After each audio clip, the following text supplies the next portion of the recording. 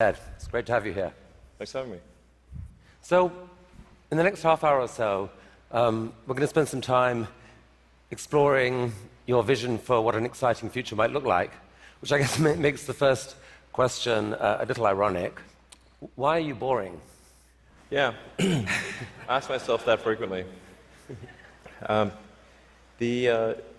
trying to dig a hole under LA, and this is to create the beginning of what will hopefully be a 3D network of tunnels to alleviate congestion. So, I mean, right now, I think one of the most soul-destroying things is traffic.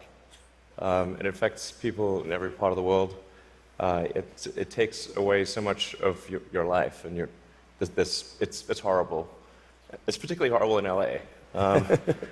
And I think you've brought with you the first visualization that's been shown of this. Can I show this? Yeah, absolutely. So this is the first time, just to sort of show what we're talking about. So there are a couple of key things that are important in having a 3D tunnel network. First of all, you have to be able to integrate the entrance and exit of the tunnel seamlessly into the fabric of the city. So by having an elevator, sort of a car skate that's on an elevator, you can integrate the entrance and exits to the tunnel network just by using 2 parking spaces. And then the car gets on a skate. There's no speed limit here, so we're designing this to be able to operate at 200 kilometers an hour, about 200 kilometers an hour, or about 130 miles per hour. So you should be able to get from, say, Westwood to LAX in 6 minutes, 5-6 minutes. So possibly initially done as like on a sort of toll road type basis. Yeah. Which I guess alleviates some traffic from the surface streets as well. So I don't know if people noticed it in the video, but there's no real limit to how many levels of tunnel you can have. So you can go much further deep than you can go up. The deepest mines are much deeper than the tallest buildings are tall. So you can alleviate any arbitrary level of urban congestion with the 3D tunnel network. This is a very important point. So a key rebuttal to the tunnels is that if you add one layer of tunnels, then that will simply alleviate congestion. It'll get used up, and then you'll be back where you started, back with congestion. But you can go to any arbitrary number of tunnels, any number of levels.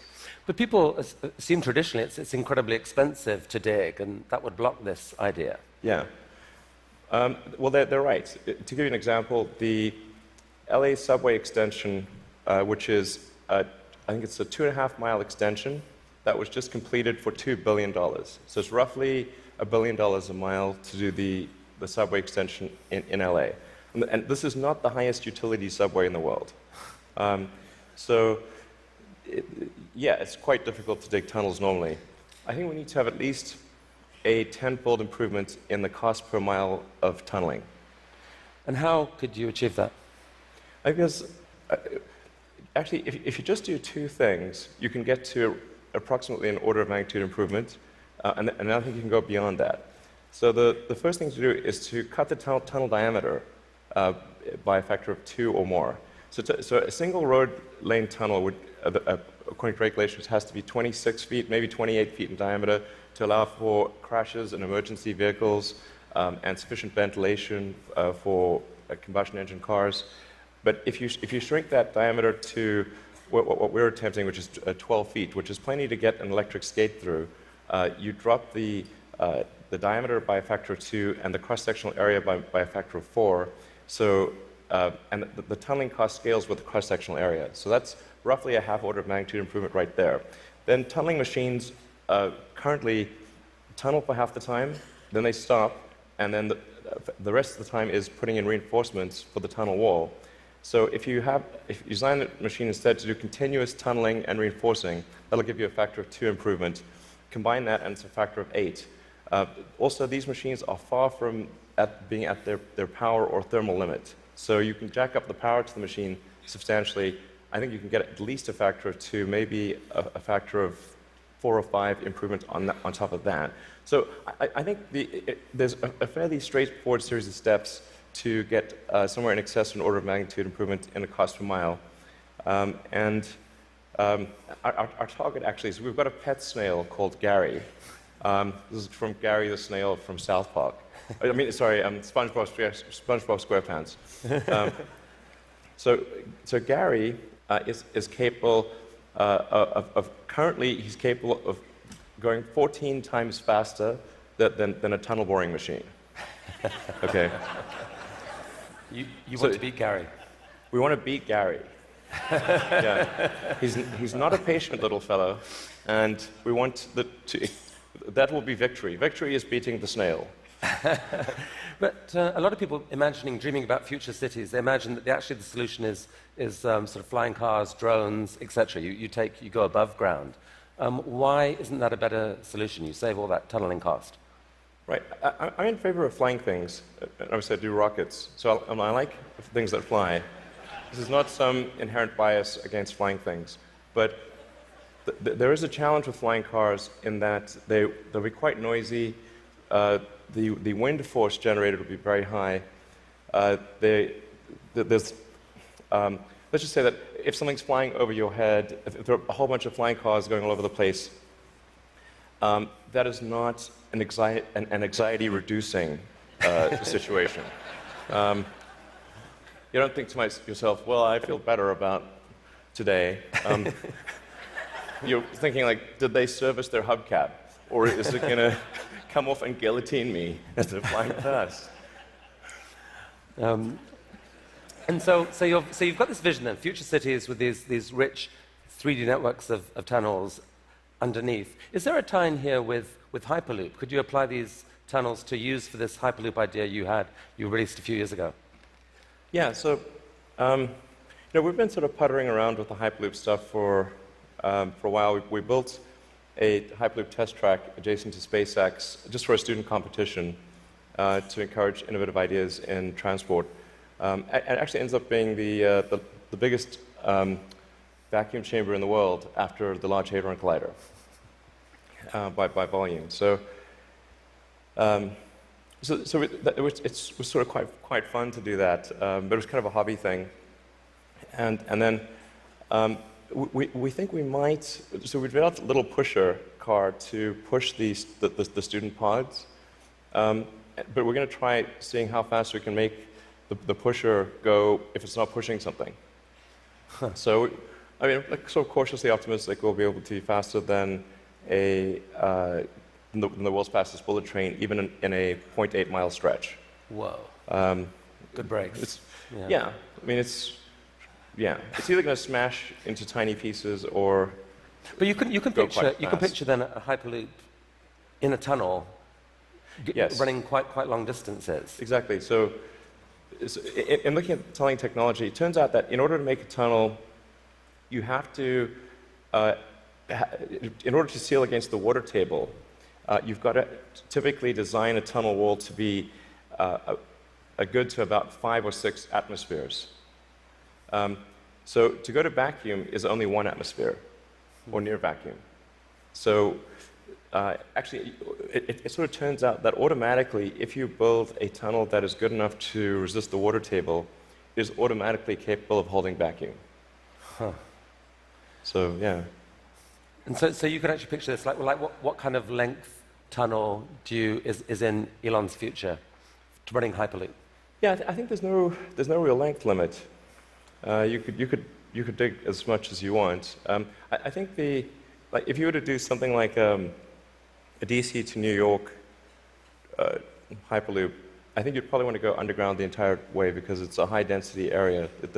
You're going under a lot of buildings and houses, and if you go deep enough, you cannot detect the tunnel. Sometimes people think, well, it's going to be pretty annoying to have a tunnel dug under my house. Like if that tunnel is dug more than about 3 or 4 tunnel diameters beneath your house, you will not be able to detect it being dug at all. In fact, if you're able to detect the tunnel being dug, whatever device you're using, you can get a lot of money for that device from the Israeli military, who's trying to detect tunnels from Hamas, and from the U.S. Customs and Border Patrol that trying to detect drug tunnels. So if you, the reality is that Earth is incredibly good at absorbing vibrations, and once the tunnel depth is below a certain level, it is undetectable. Maybe if you have a very sensitive seismic instrument, you might be able to detect it. So you've started a new company to do this called The Boring Company. Very nice, very funny. But what's funny about that? How much of your time is this? It's maybe 2 or 3%. You've called it a hobby. This is what an Elon Musk hobby looks like.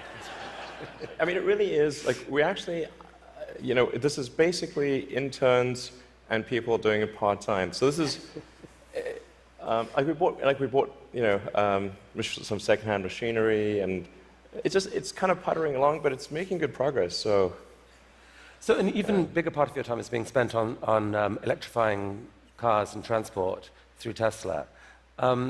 Is one of the motivations for the tunneling project the realization that actually, in a world where cars are electric and where they're self-driving, there may end up being more cars on the roads on any given hour than there are now? Yeah, exactly. A lot of people think that when you make cars autonomous, that they'll be able to go faster and that will alleviate congestion. And to some degree, that will be true. But once you have shared autonomy where it's much cheaper to go by car and you can go point to point, the affordability of going in a car will be better than that of a bus. Like, it will cost less than a bus ticket. So the amount of driving that will occur will be much greater with shared autonomy, and actually traffic will get far worse. I mean, you started Tesla with the goal of persuading the world that electrification was the future of cars. Yeah. And a few years ago, people were laughing at you. Now, not so much. I mean... Okay. Well, I mean, isn't I don't know. I don't know. Maybe but isn't it true that pretty much every auto manufacturer has announced serious electrification plans for the short to medium term future? Yeah. I think almost every automaker has some electric vehicle program. They vary in seriousness. Some are very serious about transitioning entirely to electric, and some are just dabbling in it. And some, amazingly, are still pursuing fuel cells, but I think that won't last much longer. But isn't there a sense, though, Elon, where you could now just declare victory and say, we did it, let the world electrify, and you go on and focus on other stuff? Yeah. I intend to stay with Tesla as far into the future as I can imagine. And there are a lot of exciting things that we have coming. We've got, obviously, the Model 3 that's coming soon. We'll be unveiling the Tesla semi-truck. And okay, well, we're going to come to this. So Model 3. So it's supposed to be coming in July-ish. Yeah, it's looking quite good for starting production in July. Yeah. Wow. One of the things that people are so excited about is the fact that it's got autopilot. And you put out this video a while back showing what that technology looked like, or would look like. Yeah. There's obviously autopilot in Model S right now. Yeah. What are we seeing here? Yeah, so this is using only cameras and a GPS. So there's no LiDAR or radar being used here. This is just using passive optical, which is essentially what a person uses. The whole road system is meant to be navigated with passive optical or cameras. And so once you solve cameras or vision, then autonomy is solved. If you don't solve vision, it's not solved. So that's why our focus is so heavily on having a vision neural net that's very effective for road conditions. Right. Many other people are going the LiDAR route. You want cameras plus radar is most of it. You can absolutely be superhuman with just cameras. Like, you could probably do 10 times better than humans with just cameras. So the new cars being sold right now have eight cameras in them. That they can't yet do what that showed. When will they be able to? I think we're still on track for being able to go cross-country from LA to New York by the end of the year, fully autonomous. Okay, so a car, by the end of the year, you're saying someone's going to sit in a Tesla without touching the steering wheel, tap in New York, off it goes, won't have to ever touch the wheel by the end of 2017. Yeah, essentially November or December of this year, we should be able to go from, all the way from a parking lot in California to a parking lot in New York, no controls touched at any point during the entire journey. And amazing. But part of that is possible because you've already got a fleet of Teslas driving all these roads. You're accumulating a huge amount of data of that national road system. Yes, the thing that will be interesting is that I'm actually fairly confident it will be able to do that route even if you change the route dynamically. So, like it's fairly easy. If you say I'm going to be really good at one specific route, that's one thing. But it should be able to go really be very good. Certainly, once you enter a highway, to go anywhere on the highway system in a given country. So it's not sort of limited to LA, New York. We could change it and make it Seattle, Florida, that day, or in real time. So you were going from LA to New York, now go from LA to Toronto. So leaving aside regulation for a second, in terms of the technology alone, the time when someone will be able to buy one of your cars and literally just take their hands off the wheel and go to sleep and wake up and find that they've arrived, how far away is that to do that safely? I think that's about 2 years. The real trick of it is not, how do you make it work, say 99.9% of the time? Because if a car crashes, say 1 in 1,000 times, then you're probably still not going to be comfortable falling asleep. That's, you shouldn't be, certainly. But by the same time, it's never going to be perfect. No system is going to be perfect. But if you say it's perhaps, the car is unlikely to crash in 100 lifetimes or 1,000 lifetimes, then people are like, okay, wow, if I would live 1,000 lives, I would still most likely never experience a crash, then that's probably okay. To sleep. Maybe, I guess a big concern of yours is that people may actually get seduced too early to think that this is safe, and that you'll have some horrible incident happen that puts things back. Well, I think that the autonomy system is likely to at least mitigate the crash, except in rare circumstances. The thing to appreciate about vehicle safety is this is probabilistic. Right. So that there's some chance that any time the human driver gets in the car that they will have an accident. That is their fault. It's never zero. And so the key threshold for autonomy is how much better does autonomy need to be than a person before you can rely on it. But once you get that literally safe hands-off driving, the power to disrupt the whole industry seems massive, because at that point you've spoken of people being able to buy a car, drops you off at work, and then you let it go and provide a sort of Uber-like service to other people, earn you money, maybe even cover the cost of your lease of that car. Exactly. So you can kind of get a car for free. Is that really likely? Yeah, absolutely this is what will happen. So there will be a shared autonomy fleet where you buy your car and you can choose to use that car exclusively. You could choose to have it be used only by friends and family, only by 5-star, other drivers who are rated 5-star. You can choose to share it sometimes, but not other times. That's 100% what will occur. It's just a question of when. Wow. So you mentioned the semi, and I think you're planning to announce this in September, but I'm curious whether there's anything you could show us today. I will show you a teaser shot of the truck. Teaser shot. It's live. Okay. No, that's definitely a case where we want to be cautious about the autonomy features. Yeah. Because we can't see that much of it, but it doesn't look like just a little friendly neighborhood truck. It looks kind of badass. what sort of semi is this? So this is a heavy-duty, long-range semi-truck. So it's like the highest weight capability and with long range. So essentially, it's meant to alleviate the heavy-duty trucking loads. And this is something which people do not today think is possible, because think the truck doesn't have enough power or it doesn't have enough range. And then with the Tesla Semi, we want to show that no, an electric truck actually can out-torque any diesel semi.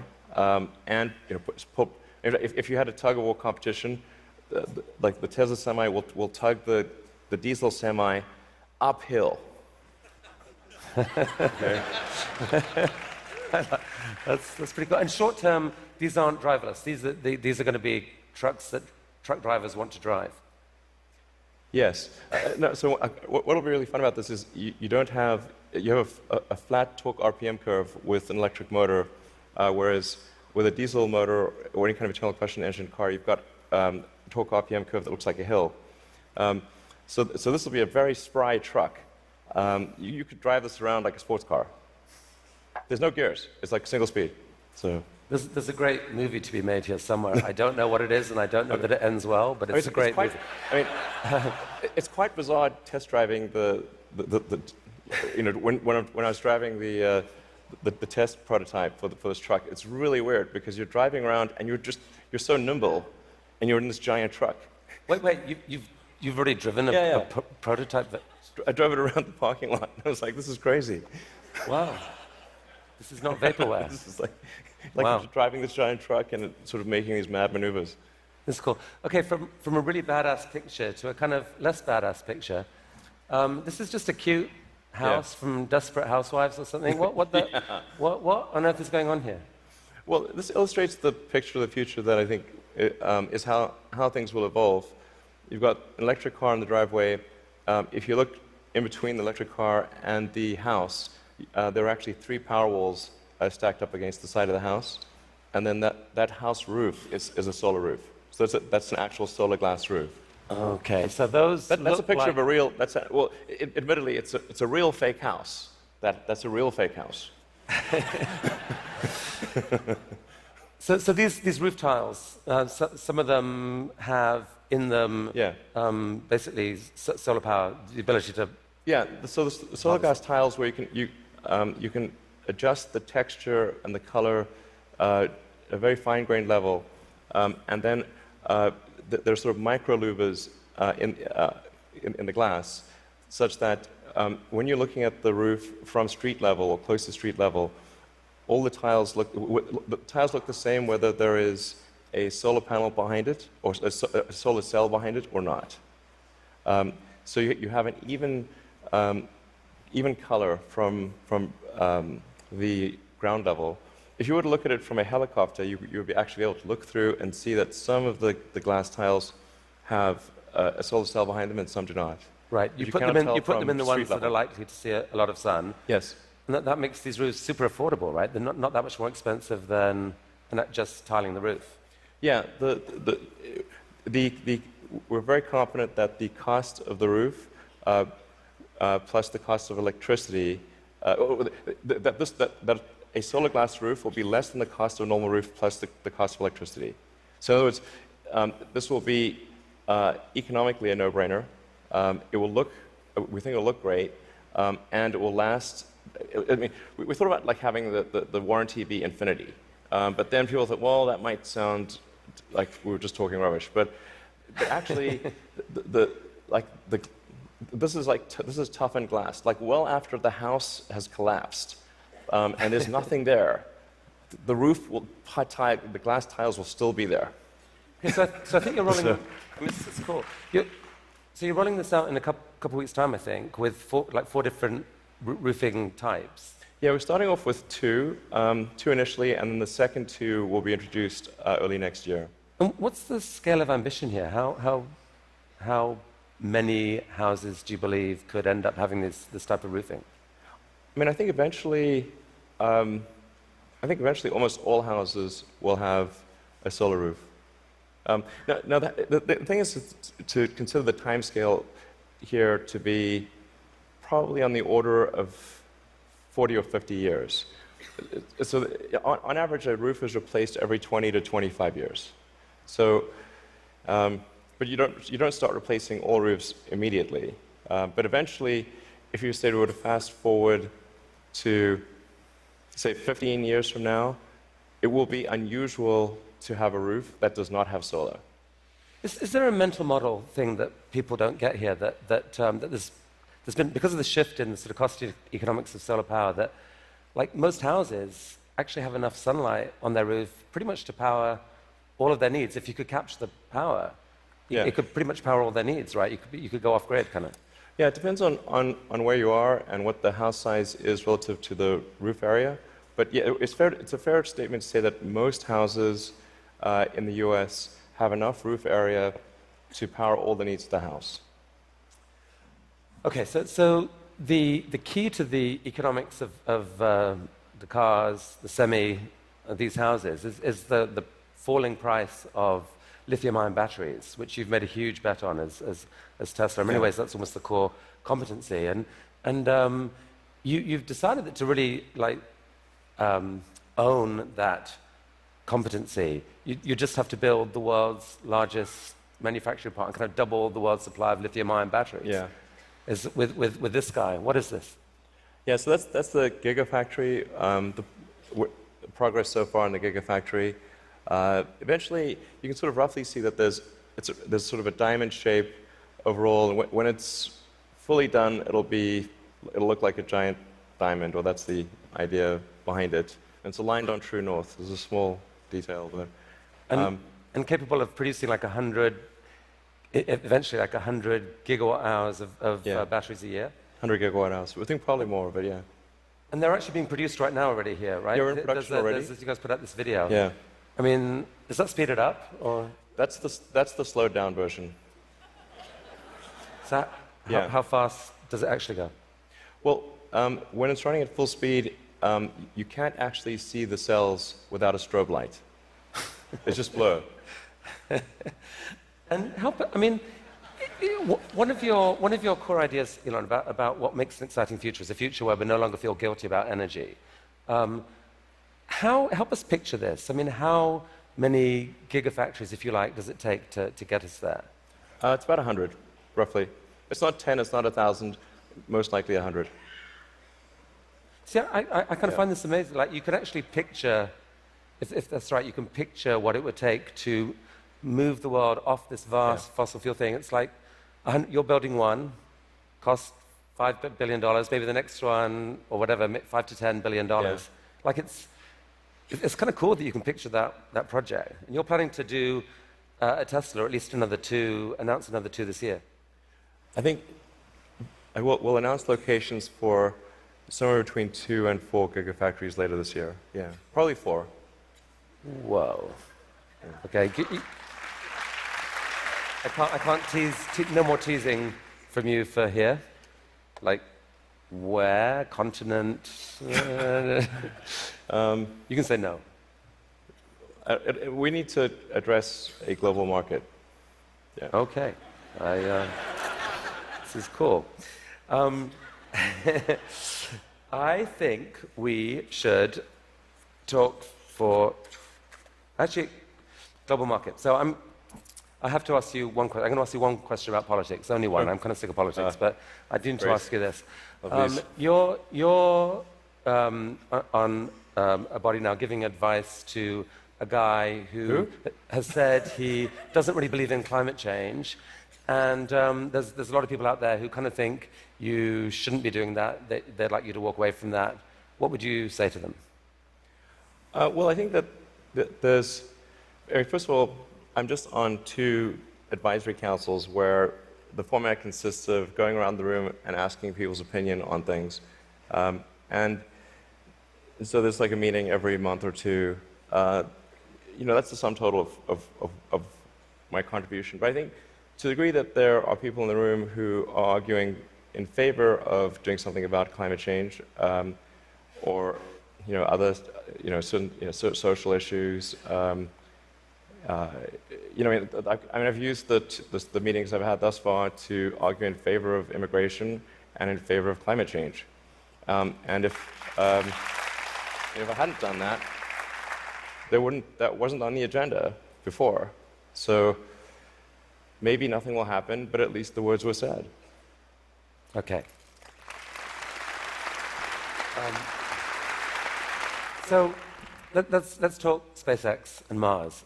Last time you were here, you spoke about this, what seemed like a kind of incredibly ambitious dream to develop rockets that are actually reusable. And you've only gone and done it. Yeah. I mean, talk us through this. What are we looking at here? Yeah, so this is one of our rocket boosters coming back from very high and fast in space. So it just delivered the upper stage at high velocity. I think this may have been a sort of a Mach 7 or so delivery of the upper stage. Yeah. So that was a sped up. That's the slowed down version. Yeah. That was the sped up version. But I mean, that's amazing. And several of these failed before you finally figured out how to get to do it. But now you've done this, what, 5 or 6 times?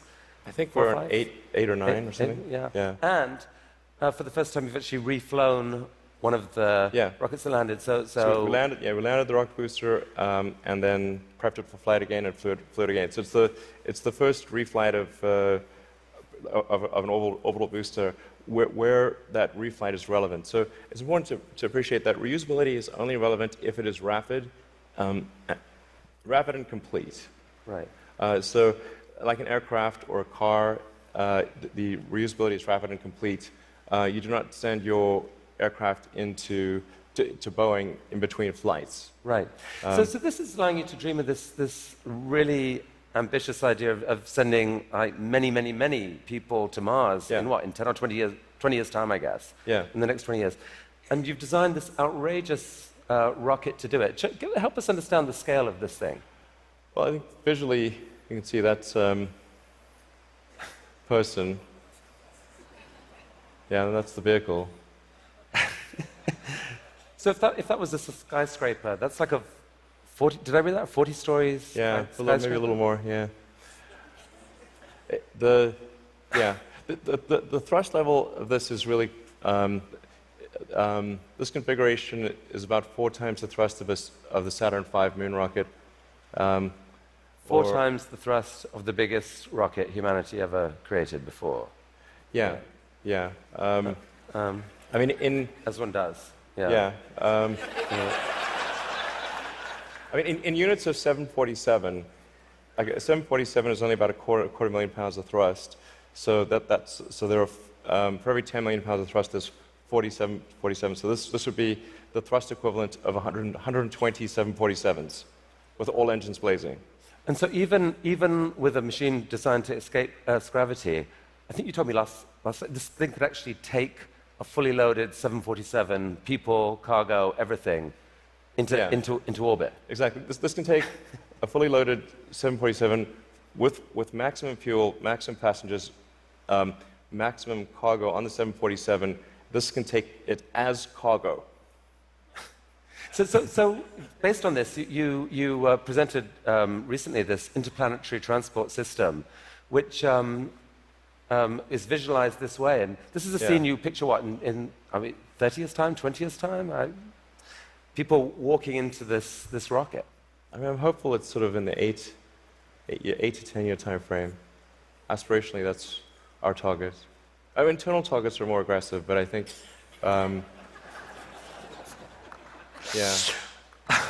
Okay. So this vehicle seems quite large, and is large by comparison with other rockets. I think the future spacecraft will make this look like a rowboat. I mean, this is the future spaceships will be truly enormous. Why, Elon? Because why do we need to build a city on Mars with 1 million people on it in your lifetime, which I think is kind of what you've said you'd love to do? Yeah, I think it's important to have a future that is inspiring and appealing. I mean, I just think that Like, there have to be reasons that you get up in the morning and you want to live. Like, why do you want to live? What's the point? What inspires you? What do you love about the future? And if we're not out there, if the future does not include being out there among the stars and being a multi-planet species, I find that it's incredibly depressing if that's not the future that we're going to have.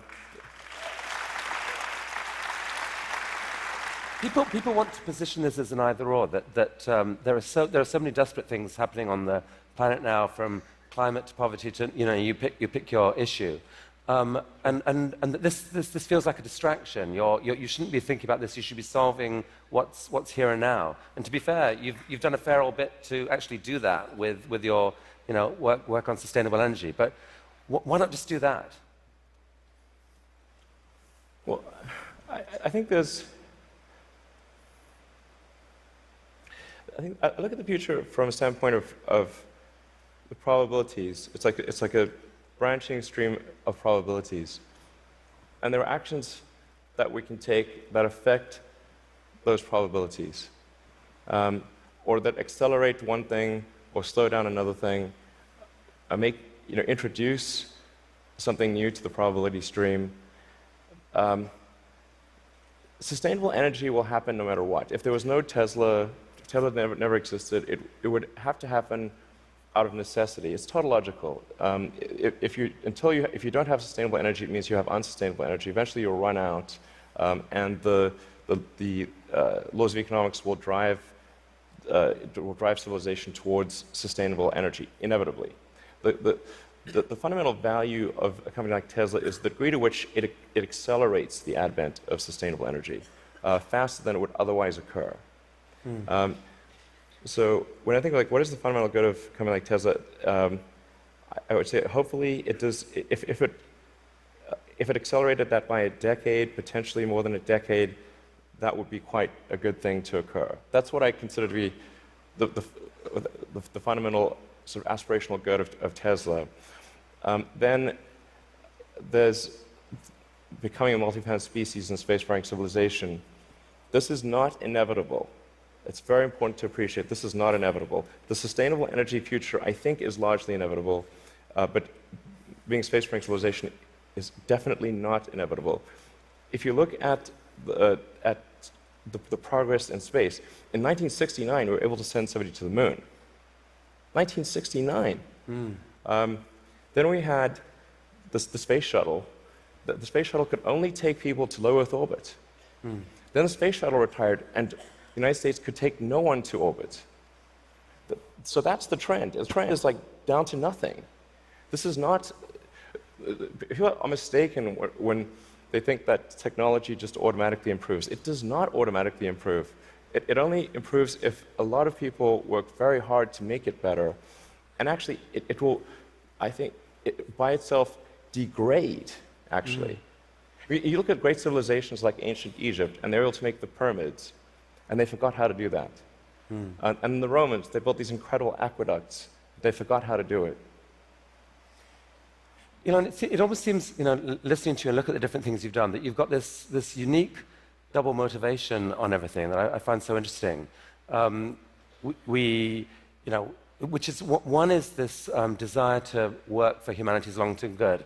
The other is this desire to do something exciting. And it's often, it feels like you feel like you need the one to drive the other. With Tesla, you want to have sustainable energy, so you make these super sexy, exciting cars to do it. Solar energy, we need to get there, so we need to make these beautiful roofs. We haven't even spoken about your newest thing, which we don't have time to do, but you want to save humanity from bad AI, and so you're going to create this really cool brain-machine interface to give us all infinite memory and telepathy and so forth. And on Mars, it feels like what you're saying is, yeah, we need to save humanity and have a backup plan, but also we need to inspire humanity, and this is a way to inspire. I think the value of beauty and inspiration is very much underrated, no question. But I want to be clear. I'm not trying to be anyone's savior. That is not the. I'm just trying to think about the future and not be sad. Beautiful statement. I think everyone here would agree that it is not, none of this is going to happen inevitably. The fact that in your mind you dream this stuff, you dream stuff that no one else would dare dream, or no one else would be capable of dreaming at the level of complexity